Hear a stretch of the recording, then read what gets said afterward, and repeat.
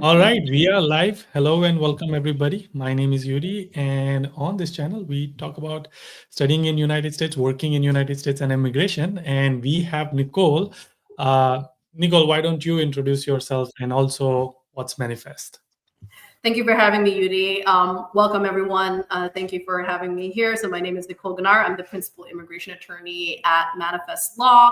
A lot of our work has to do with helping many individuals out there work, reside, remain, be in the United States. We'd like to support immigration journeys. We're a very tech-enabled, forward-looking law firm, right? We really try to provide legal services to people who need it and who need that support. And we try to leverage technology to make it done or supported in the best way possible. Amazing. I know last time we did this, people loved you and loved your context as well, and like how you were able to answer the questions. So we have a lot of questions already lined up. So I'm going to start picking them up. But before we do this, I know there was a visa situation, F1 visa were paused. Do you have like an overall update, like what's going on with the situation, and then like where are we right now? So this is kind of like the TLDR for a lot of people because there's so many news stories out there. There's so many different interpretations of what happened. But my understanding is that a cable was essentially leaked or discovered where there was instructions sent to U.S. consulates internationally to basically say, hey, do not schedule new student appointments for Fs and Js, things that are kind of supported using the SEVA system, because we are going to integrate stronger reviews for these applications, especially when it comes to social media.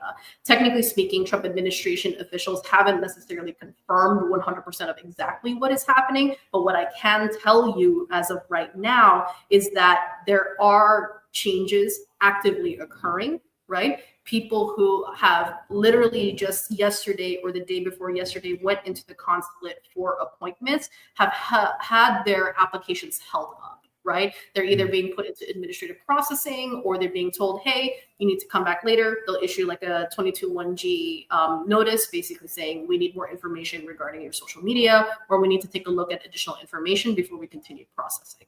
For the longest time, when we saw a lot of these news articles, it wasn't clear exactly what they meant by additional appointments or new appointments, but it seems to be impacting people who are seeking, even if they already have scheduled appointments, F1s leading into the summer or the fall season. Got it. And we probably also don't know like when it would restart, because it looks like those are the questions people are asking, like when will the slots reopen before the intake finishes, etc.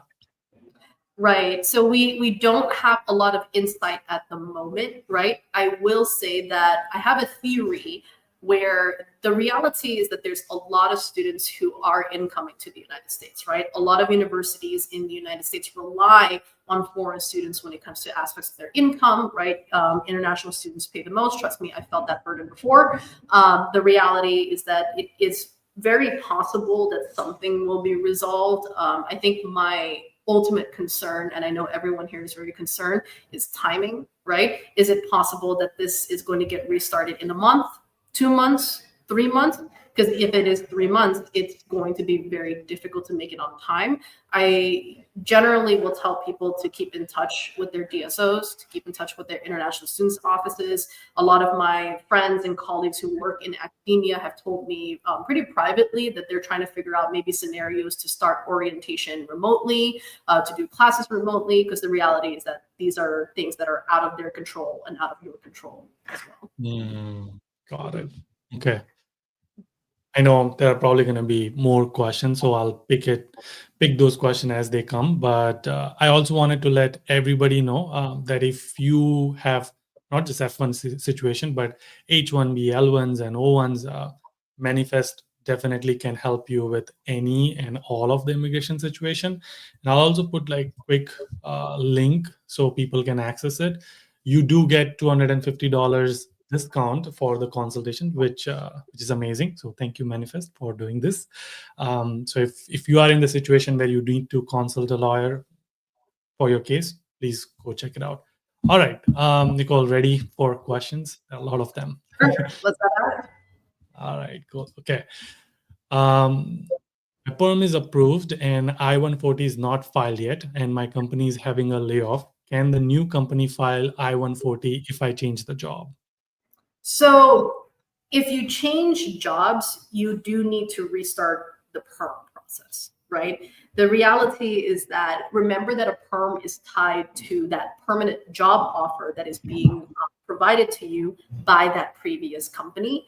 The one thing that I will say is that it's unclear from this question if you are already laid off or you're thinking that you're going to get laid off. See what you can do to get the I-140 filed ASAP. Try to secure that priority date so at least you can get it absorbed by the new company.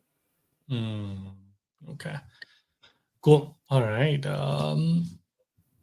I started working for company X from April 7, 2025 on post-completion OPT.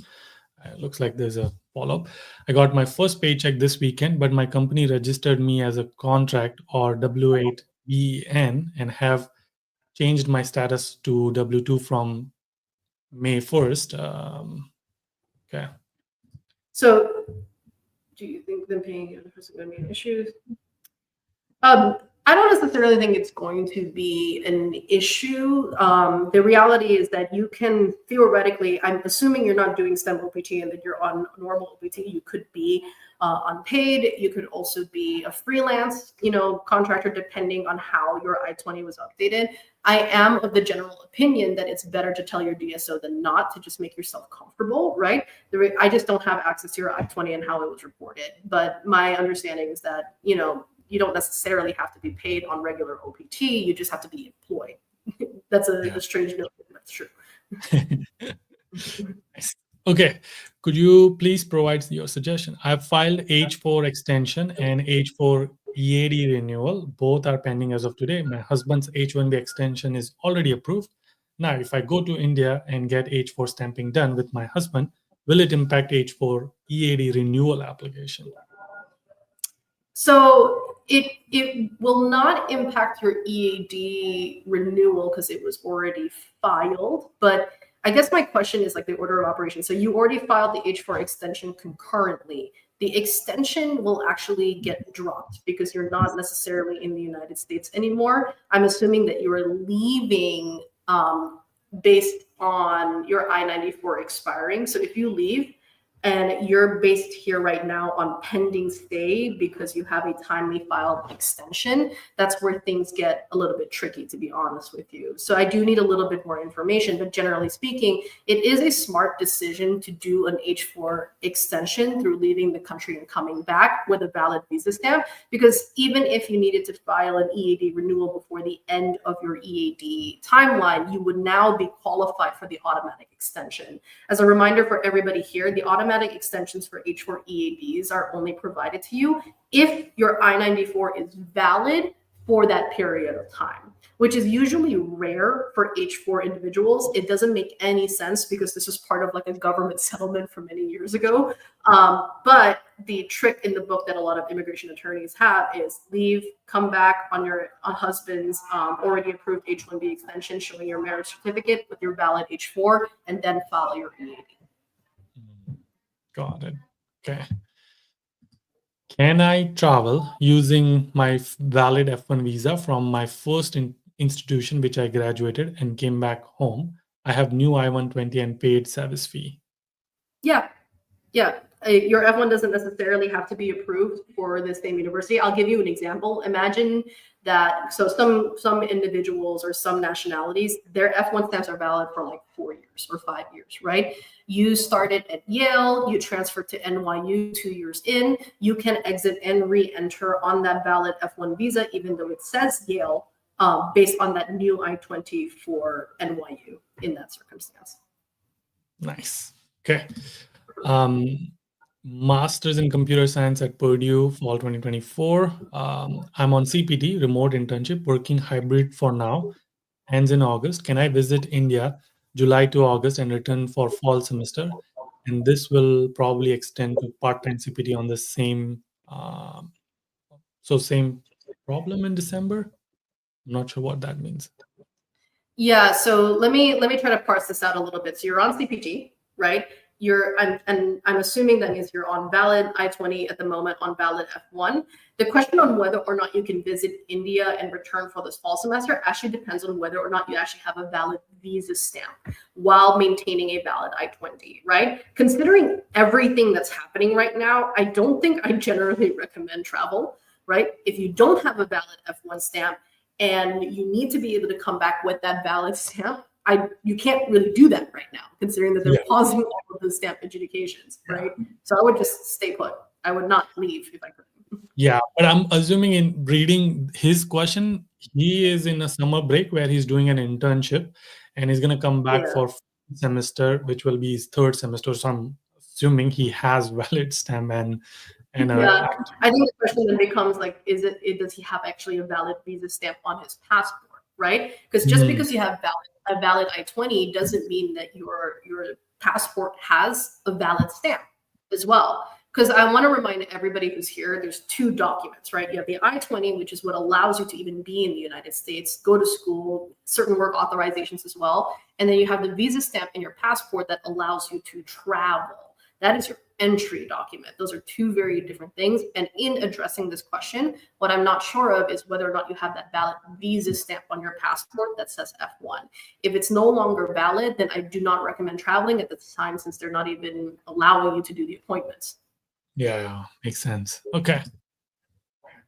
Cool. I'm currently on F1 OPT and expires on June 24, 2025. I currently got laid off this week, but my employer filed my I-983 form and I have to submit my STEM OPT. Do I wait until the last day or file it?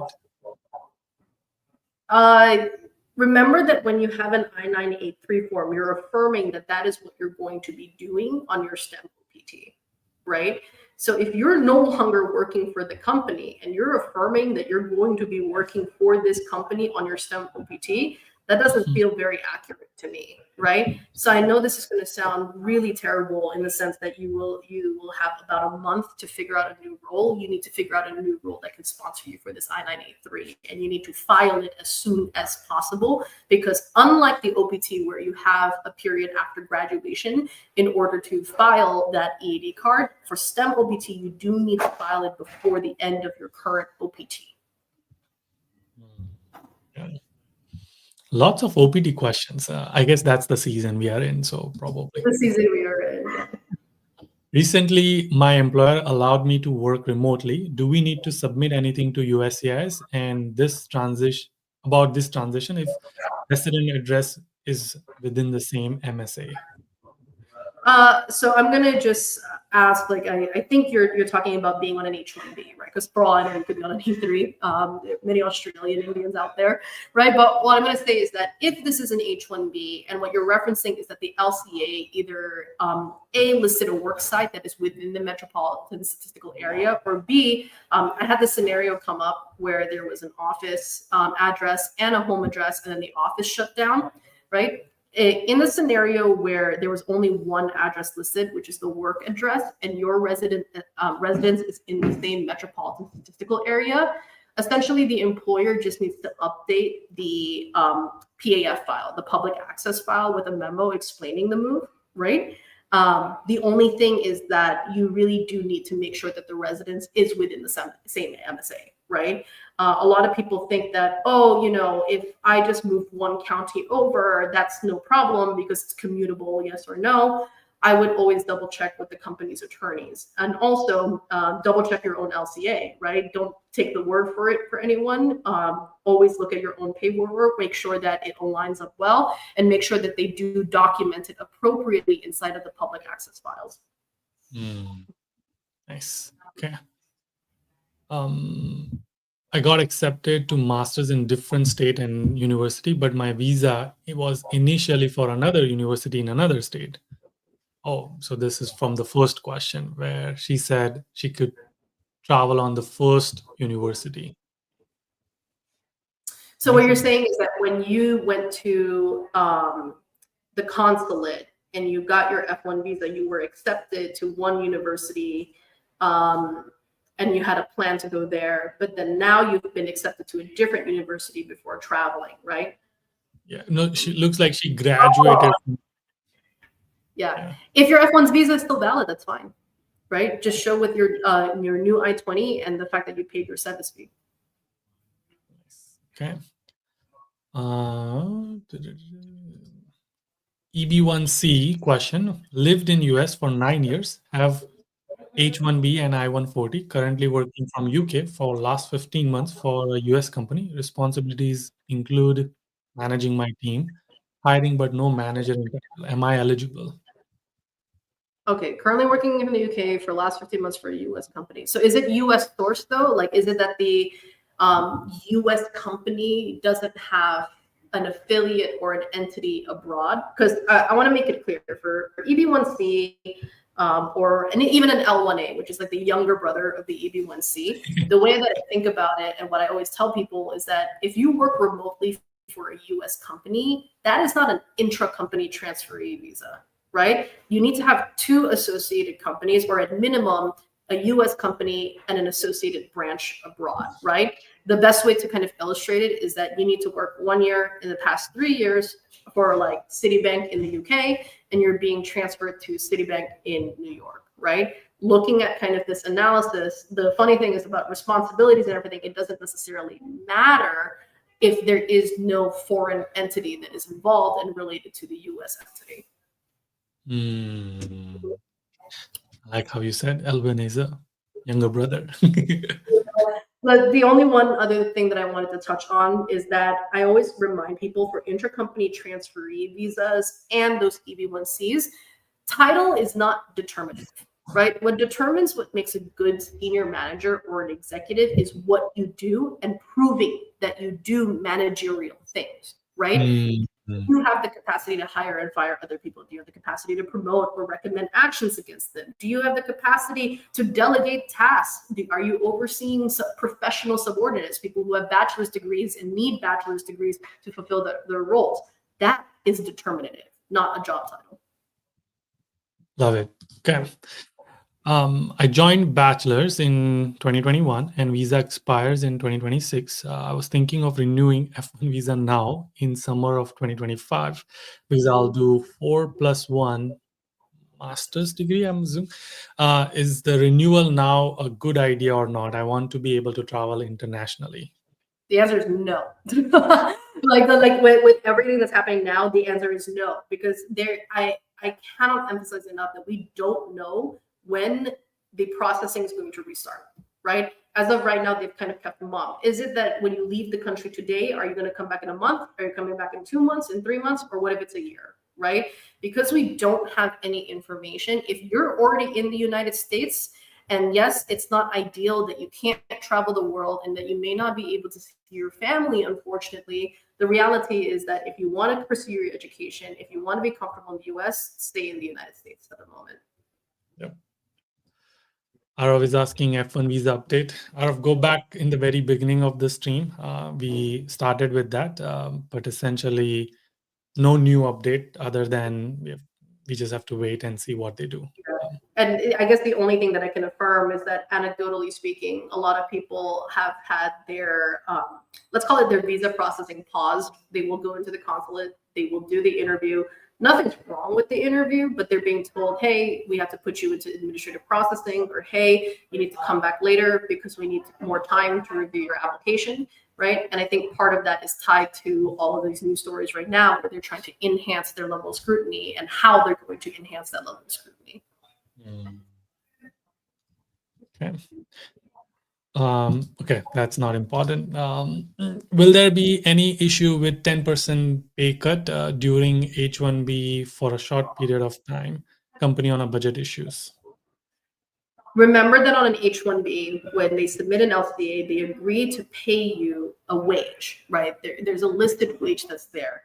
If you are being paid below that wage, they need to file an H1B amendment to reflect that, right? Even if you are accepting of the circumstances and you're okay with being underpaid than what is declared on the LCA, right? The company has an obligation to the Department of Labor to update them along with USCIS, because then you will have every right to sue them for that money back. Okay.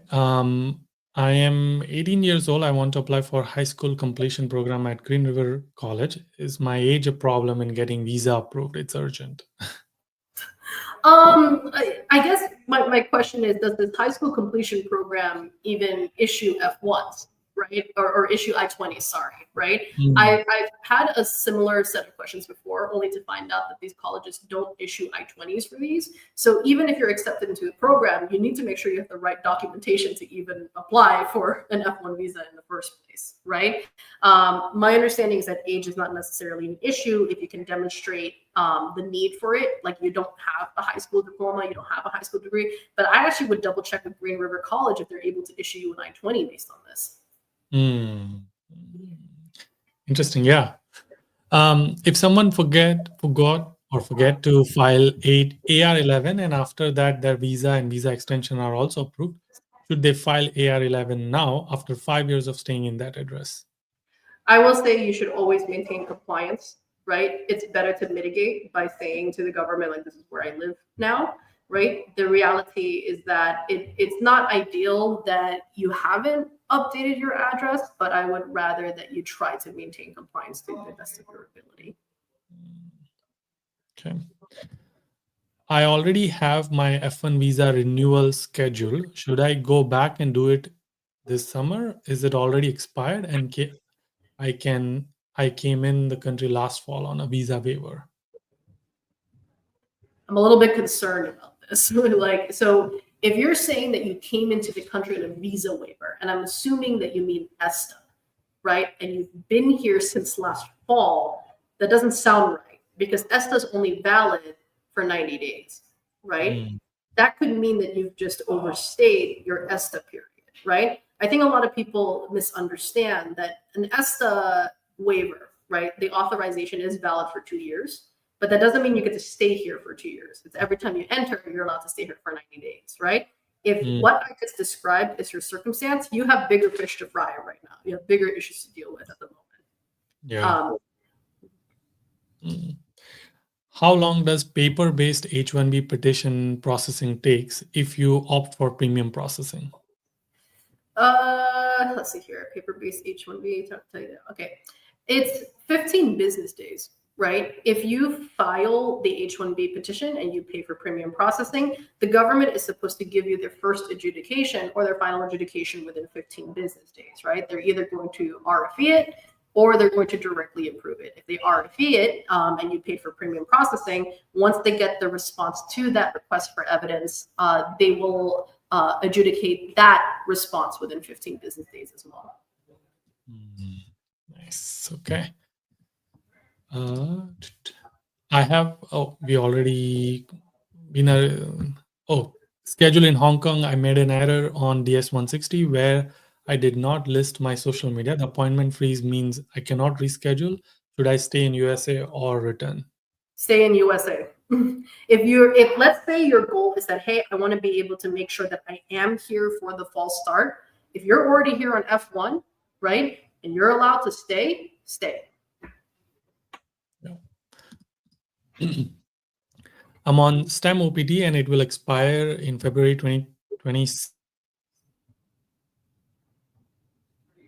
Clarity. I am done my master's in information system, graduated in December 2023. Are there any benefits involved if I pursue PhD? Sorry, Yudi, I lost you for a second there. So let me take a moment to read it. So you said, I'm on STEM OPT. It will expire in February 2027.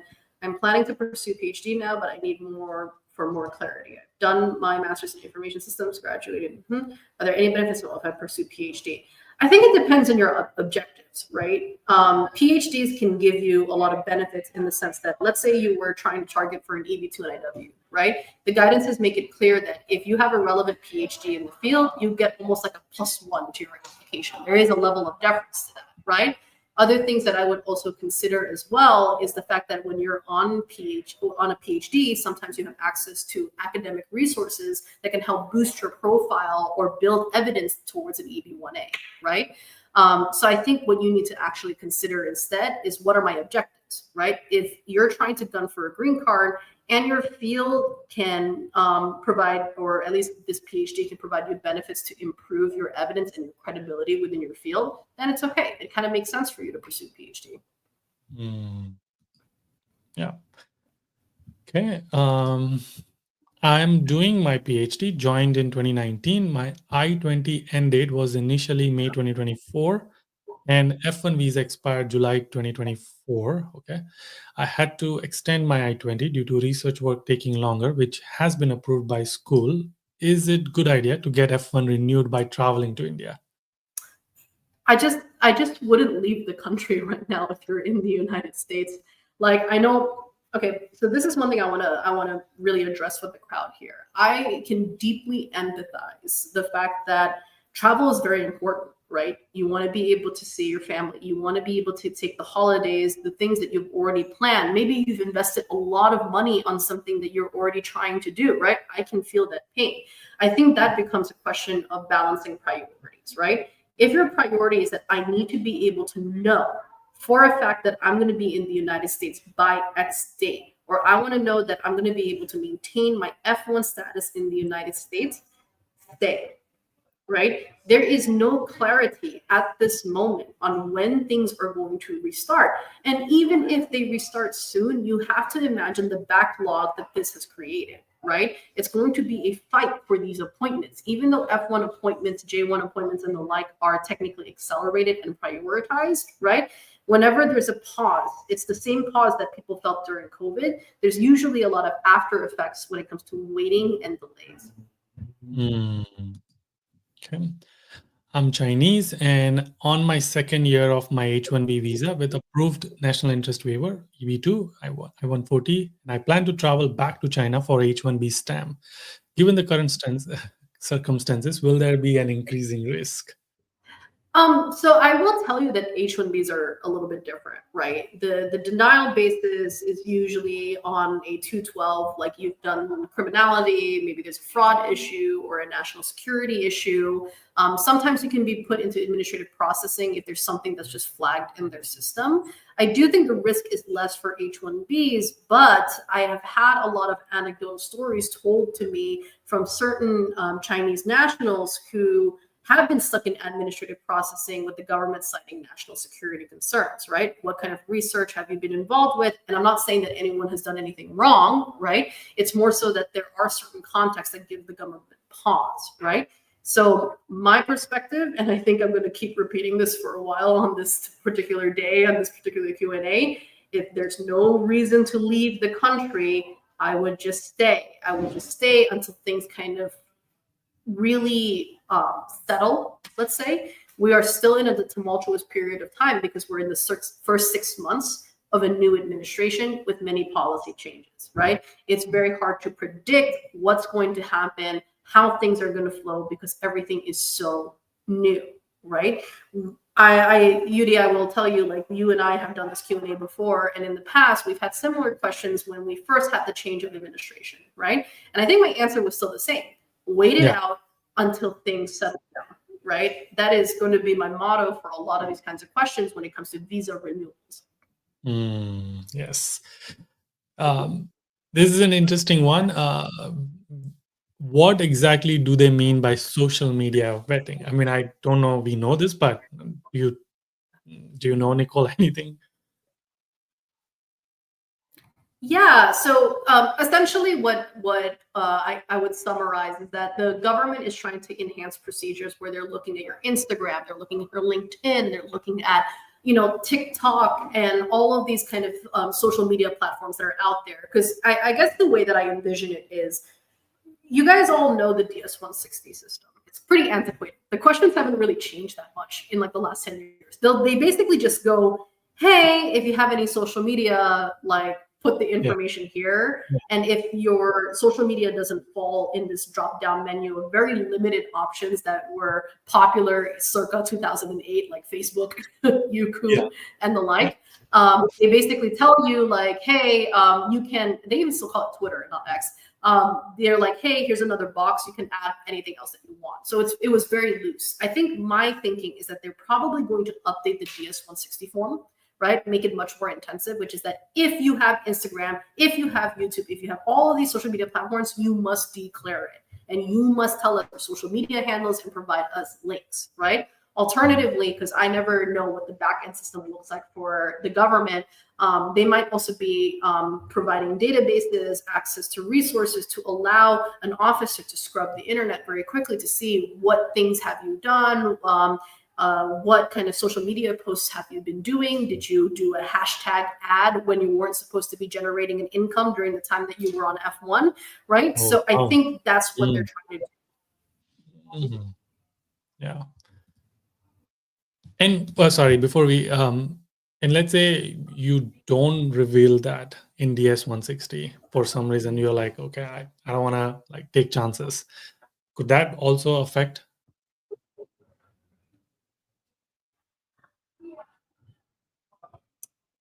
Sorry, Yudi, it cut off for like a second, but I think what you said is that does that affect, right, your application, right, more or Yeah. less? The answer is that you should always be truthful, right? At the end of the day, omission, right? And it's one thing if it's not willful, right? You completely forgot that back in the day you had a Tumblr, right? Something like that. But willful omission is still willful misrepresentation, right? If the government asks you for something and you have it, you should provide it, right? At least at the moment, right? You shouldn't feel like you have something to hide. I think if there's anything to give you pause, you're thinking to yourself, you know, I'm worried because maybe I said something or I did something in the past. That's when you have to consider to yourself, like, is it worth it for me to try to go abroad right now and try for a visa, right? I think what I would caution people at the moment looking towards the future, right? I think social media is important, right? I personally don't have a lot of social media platforms, but I can understand why people really do invest their time and are involved in social media. Please just be very cautious about what you choose to post, what you choose to say, and what you choose to do, right? Being lawful, maintaining compliance, right? Doing things that are well within the confines of your F1, your J1, and your current status, right? That is of utmost importance right now. I think I've been yelling to like the universe, like compliance, compliance, compliance, right?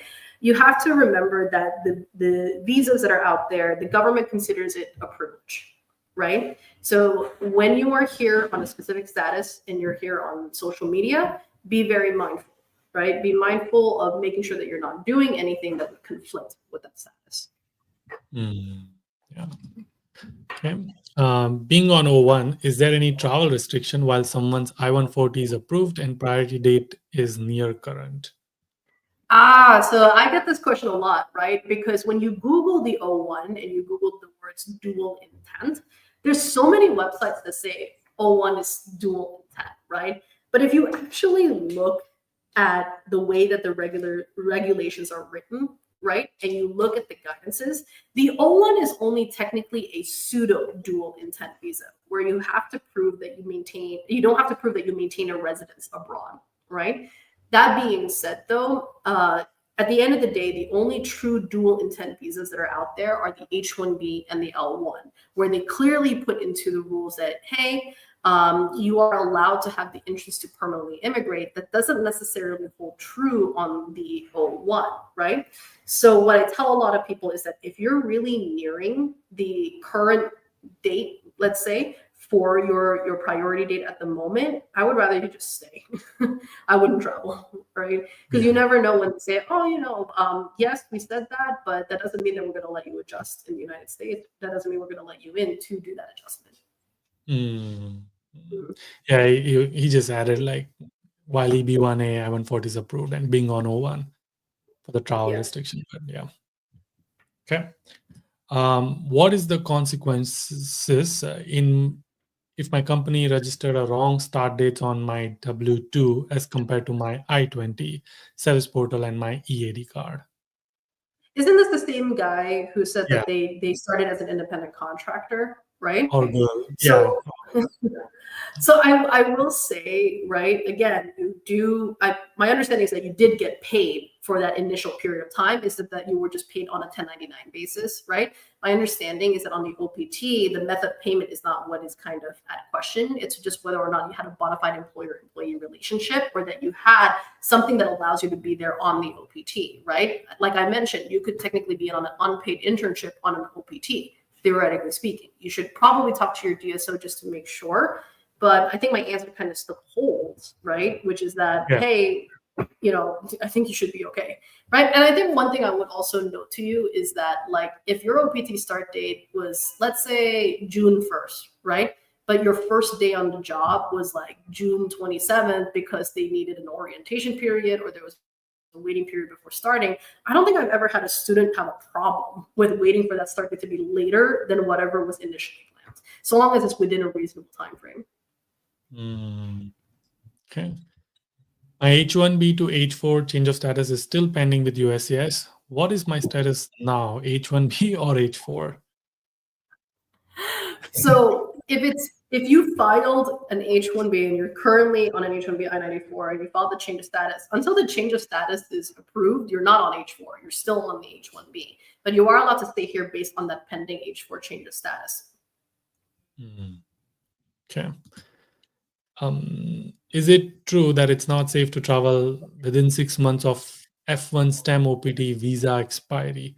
If not, what timeline is safe for traveling outside USA? And I think we covered a lot of travel, but yeah. We've traveled, but I think this one's like slightly different, right? So I think what you're kind of pinpointing is that there have been circumstances where when you try to re-enter with not that much time left on your STEM OPT, that an officer can ask, what is your plan, right? What are you going to do at the end of your STEM OPT? Are you trying to stay in the country? Are you going to go back to your home country, right? So what I would advise a lot of people in this circumstance is to have that plan. Is it that you're going to matriculate at a new university, right? Is it that you're going to maybe continue with a master's program, a Ph.D. and the like? Have that answer. If you don't have a plan and your hope is something is going to come about that is related to a green card, which you're not really allowed to have that intention at that moment on F1, then I probably wouldn't be traveling at that moment, right? I want to just remind everybody that every time you exit the country and you come in, even with a valid visa, right? Remember that you're opening yourself up to inspection and to an inquiry, because the CBP officer is allowed to ask you these questions, right? Even if you have the right documents, right? What is your intention? What is your intention? Do you have enough ties to your home country, right? I know that the Department of State approved it. That doesn't mean me as a CBP officer are also going to agree with my DOS counterparts. Yeah.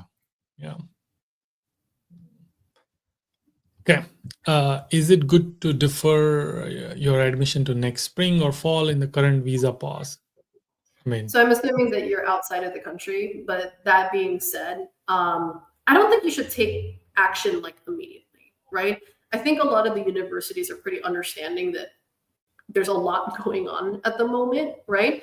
But I really, really espouse to people to stay close to your DSOs, to keep in touch with your international students office, because what I can surmise, because trust me, they want the income. they want you to be a student at that organization, right? They're probably going to give you opportunities later on than usual in order to defer your admission if this continues to languish. Yeah. Okay. I have just graduated and my OPD starts on July 31st. I am on F1 visa and want to apply for my wife's F2 visa. Can I apply now, or when would be the right time to apply? So your wife's F2, right? I'm going to scoop everyone into the same bucket as these pauses, right? Because I do think that the pauses are going to impact spousal privileges as well. The ability to get an F2 visa stamp in your passport, because it's technically under the same bucket, even if your wife is not studying in the United States, right? What I can say is that the question of when is the right time to apply is actually a very hard question to answer, because we don't have any information about what's going to happen next, right? If the cost of booking an appointment is of no concern, right, and your wife is already outside of the country, then go ahead and try to at least secure an appointment maybe a couple months from now, just to kind of hedge your bets, right? Worst case scenario is that you lose the money because you had to miss the appointment because things are still languishing and there's no updates in terms of like the new processes that the government may be imposing at this time, right? I wish I had a better answer, but this is kind of like where we are right now. But I think that's still a pretty solid one, which is if you want to hedge your bets, you can hedge your bets. I just don't necessarily think that your wife is going to walk away with the F2 visa immediately if she were to go in, let's say, today. Yeah. Yep. My 797A has the I-94 till 2028, but when I check the portal, it shows the admit until is April 2025. Am I okay with my status? So this is like a chicken and the egg question because I'm going to just make one assumption, right? I am assuming that your I-797A was issued after you entered the country and that triggered that admit until date, right? So just to give a very brief example, Yudi, let's say I entered the country in January on an F1, right? Well, I guess it's the duration status. Let's just assume it's a B1, B2. I entered the country on January 1st on a B1, B2. For some reason, my admit until date is like March 30th. I filed to change my status before March 30th on March 1st to an H1B because, you know, that I'm allowed to do that for whatever reason. If the H1B is approved thereafter, I usually would get a brand new I-94, right? And when I look online, my I-94 is still going to reflect my initial entry on the B1, B2's admit until date, right? Mm-hmm. So what I'm trying to say to Karthik here is that if the I-797A was filed and was approved after when you were admitted the first time and what's reflected online, then what controls is the I-94 on your I-797A. Mm-hmm. Just to kind of double tap on that, the online I-94 is based on CBP and your entrances. The I-94 that's on the I-797A is one that's triggered and created by USCIS, and that's what triggers the discrepancy. I know that we're in 2025. There should be ways to update those things on the systems, but they're two separate systems. Also, there was like a lot of questions yesterday in my group. They asked me, apparently USCIS has removed or archived one of the pages for if you are laid off on H1B to B1, B2. There was a web page on their website and they archived it. Have you heard of it? Yeah, I did hear about that, and I'm curious to hear because I think this is what triggered it, right? Under Biden, there was a tweet that went out from CBP and I believe DHS that say, oh, you know, on a B1, B2, you're allowed to look for new jobs. You can use it to buy time, you know, whatever it is, right? I'm kind of curious and wondering if they're going to be rolling back that kind of idea. There's no kind of like regulation on it specifically. There's nothing kind of like to say that that is the case, but I am curious to think that that might be why, right? Because I think a lot of people know that if you need to buy more time, you file to change status to B1, B2, right? To buy more time. But who knows? At the moment, I haven't heard anything stronger than that other than the archiving of that page. Yeah. Okay. My parents, B1, B2, plan to visit next month to US in June 2025 from India for 4 months. They visited last time in June to November 2024. First time, 5 months to stay. Any issue or point to keep in mind? Staying in America for 5 months or 4 months is a really long time, right? So this is actually a question that I pose a lot, which is, Nicole, when you enter on a B1, B2, the government lets you stay here for 6 months. I'm allowed to stay here for 6 months, right? My answer to that question is that is technically the case, but you need to have a reason for staying for 6 months, right? Because the government it's possible in this context that when your parents try to re-enter, they might say, why did you need to be here for 5 months? How did you support yourself, right? How were you working, right? How did you get an income? Are you secretly working in the United States, right? So what I will tell a lot of people is that don't stay for such an extended period of time, even if you're allowed to, unless there's a really good reason that falls under the allowances of a B1, B2, right? Is it that I'll give you a good example. You know, your daughter who's in the United States is having some health issues, right? You want to be there to support her. And instead of staying 1 month, you're now here for 3 months because of those health issues, right? So be quite mindful. I think that the point to keep in mind, Pramod, is that 5 months is a long time. I know it happened in June of 2024, but the way that it feels like is that within almost close to 1 year to 1.5 year period that they're going to be spending a lot of time in the United States. Yeah. My post-completion OPT expires on July 8th. I am in process of applying for STEM extension. My question is, what happens when my OPT expires? Can I continue working? So if you apply for the STEM extension before the expiration of your post-completion OPT, right? It's timely filed, 765 is receipted in. You do get an automatic extension to continue working. So yes, you can continue working up until the moment that your STEM OPT is either approved, right? Or if it's denied, then you need to come talk to me. Nice. H1B lost tech job in April 2025. Hard to find a tech job in current scenario. Can one startup and transfer H1B to the co-founded startup based on the new H1B modernization rule? Interesting. I'm going to assume that what you meant is that can you found a startup and transfer it? Theoretically speaking, yes, but I don't think the intention of the government was to allow people to just open LLCs and open C corps and just be like, here's my new company, I'm going to be on H1B forever, right? I think the intention of the government is that if you truly have a company that has legs on it, and what I mean by legs is that it is pretty dang close to being operational. There's funding. There's like something going on that would require you to utilize your specialty occupation work or education, right? Then yes, great. But if you just open the company and all you have is the LLC and the entity and maybe some bylaws, right? There's no money, there's no bank account, there's no anything. You can't really argue to the government that the majority of your time is going to be spent on specialty occupation work. I actually try to tell a lot of people who are interested in doing the H1B this way that you need to kind of treat it almost like an E2. So for many of you who are here who may not know what an E2 is a treaty investor visa, right? And in that context, you're supposed to show the government that your business is as operational as possible, right? You're coming here to develop and direct a business. In the H1B context, my feeling is that they really want you to be doing something that would require you to have that H1B, that there is going to be work for you here, that you are going to be paid, right? So that's what I'm going to tell you as your answer is that if you do have enough legs going for it, you have the funding, you have at minimum a product, a pitch deck, or just kind of things that show that you're operational, then maybe it could work.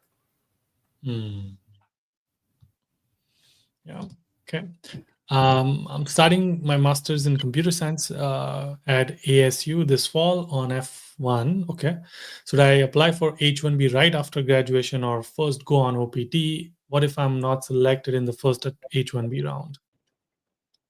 I mean, you should always apply for OPT if you qualify for OPT. That's my perspective. But I guess my question is, so you're starting your master's in computer science in ASU this fall. Should I apply for H1B right after? So are you saying like 2 years later in your master's program? And when it ends, should I apply for H1B right after graduation or first go on OPT? You should do both. What people don't realize is that the first time that you can enroll on your H1B is actually technically in your last year of matriculation, right? So long as you have your degree in hand by June 30th of that year, right, you're allowed to technically, enroll in H1B. But if you were going on your master's, you must have a bachelor's degree. So you could have even done it like year 1 of your master's and year 2. So that's why like this question like throws me off, because it's like, well, you could do both, right? You can keep applying for the H1B and also do OPT.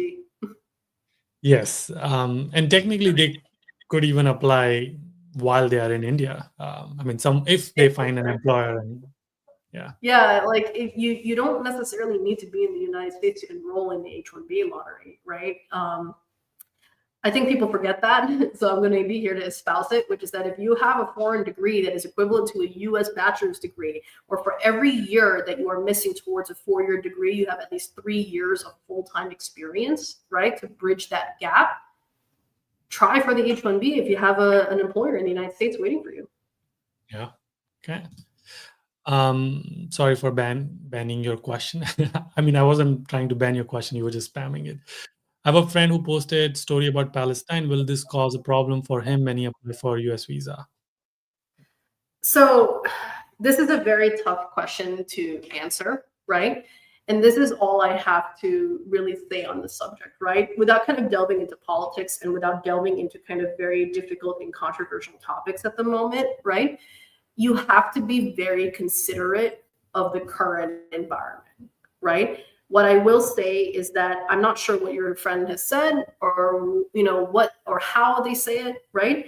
I think this is kind of an era and a time where being cautious on social media is more important than anything else.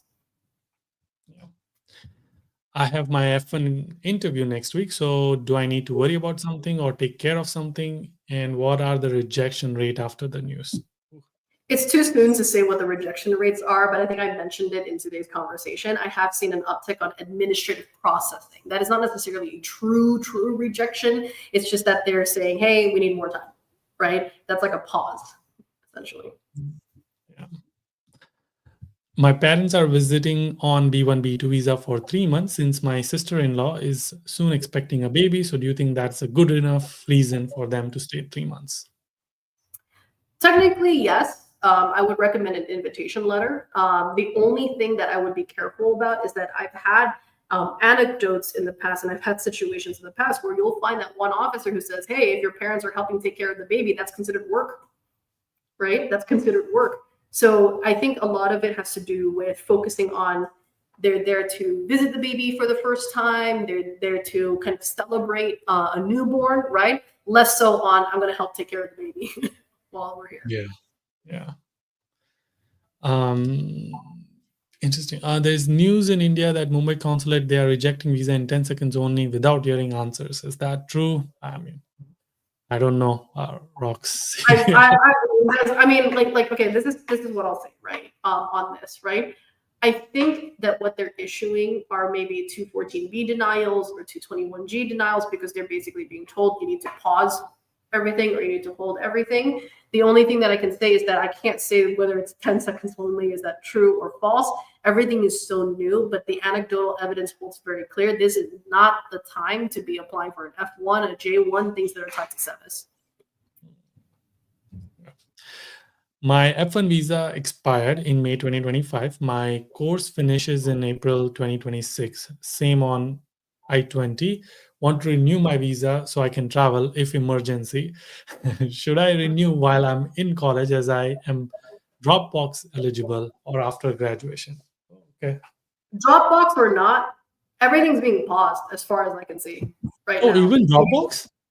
Like essentially the whole entire consideration is that they need more scrutiny, right? The DS-160 as it stands at the moment, remember what I said earlier, Yudi, is that what are the questions that they're asking about social media, right? They're just kind of like looking at really, really old school platforms that nobody uses, right? That nobody uses. So my answer to the question is please, please, please do not travel.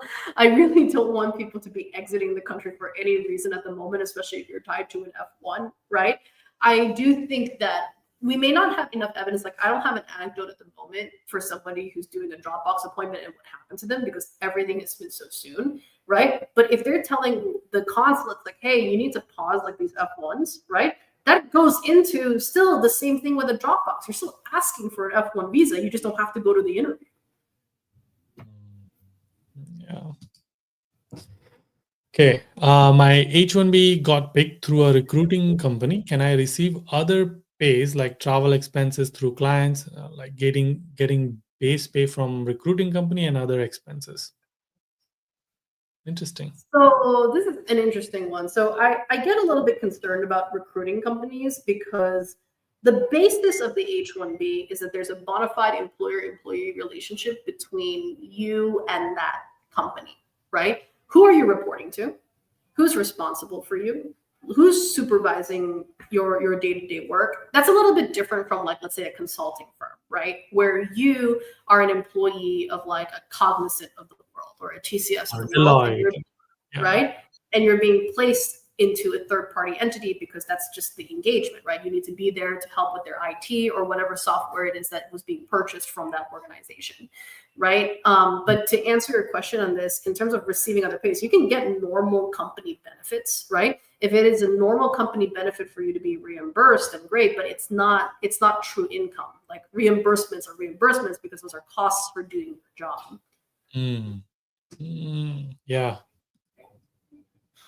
Okay. My spouse H4 EAD has been pending since 7 months now. Are there any options to expedite it?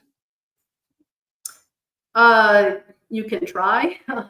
You can submit technically an EAD request, like an e-request, to kind of check in on the case.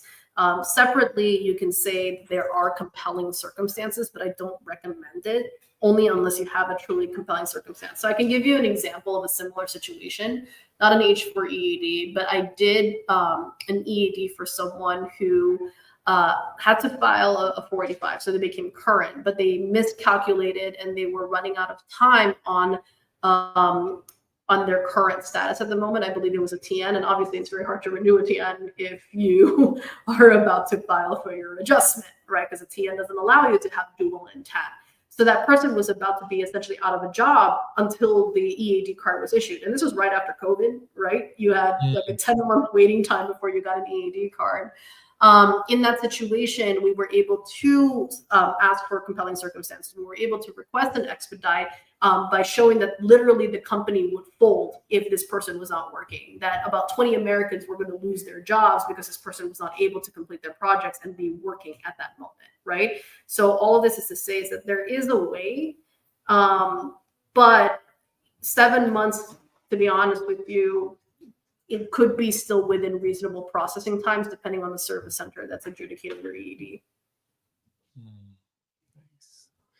Okay, last couple questions. I entered US on F2 visa, converted to F1 year. On approval notice, it's written validity DS, duration of stay.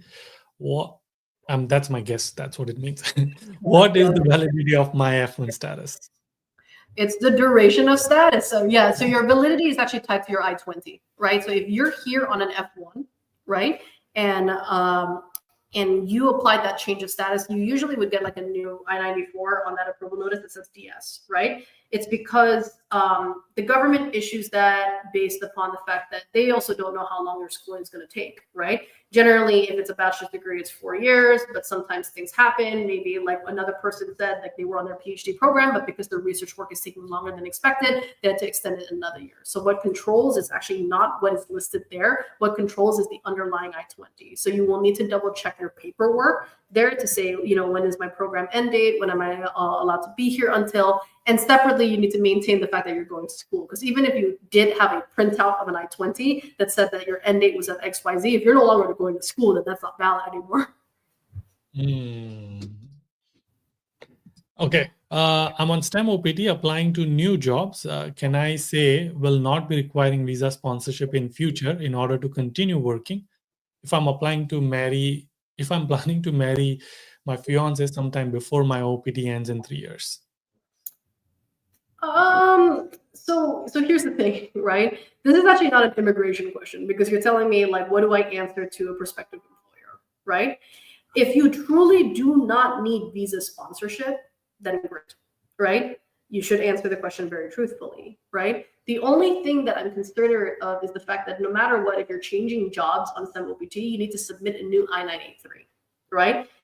Even if it's not necessarily the same as a true normal visa application, you're still asking the company to affirm certain things, to affirm like the kind of work that you're going to be doing, the kind of training that you're going to have, right? So I never want to put you in a position where you mark no, and then you show up to your first day to HR saying like, hey, I need you to sign this, or to your orientation, and they're going to be like, wait a second. I thought that you're gonna you don't need any help, that you don't need any paperwork. Yeah, I mean, and technically, even for STEM OPT, they would have to, like file They need the paperwork. I-983. You need to submit that training plan to the government, so that even though it's not necessarily a normal visa sponsorship, it is a level of affirmation. They do need to sign those things under perjury. They need to sign those things to the government.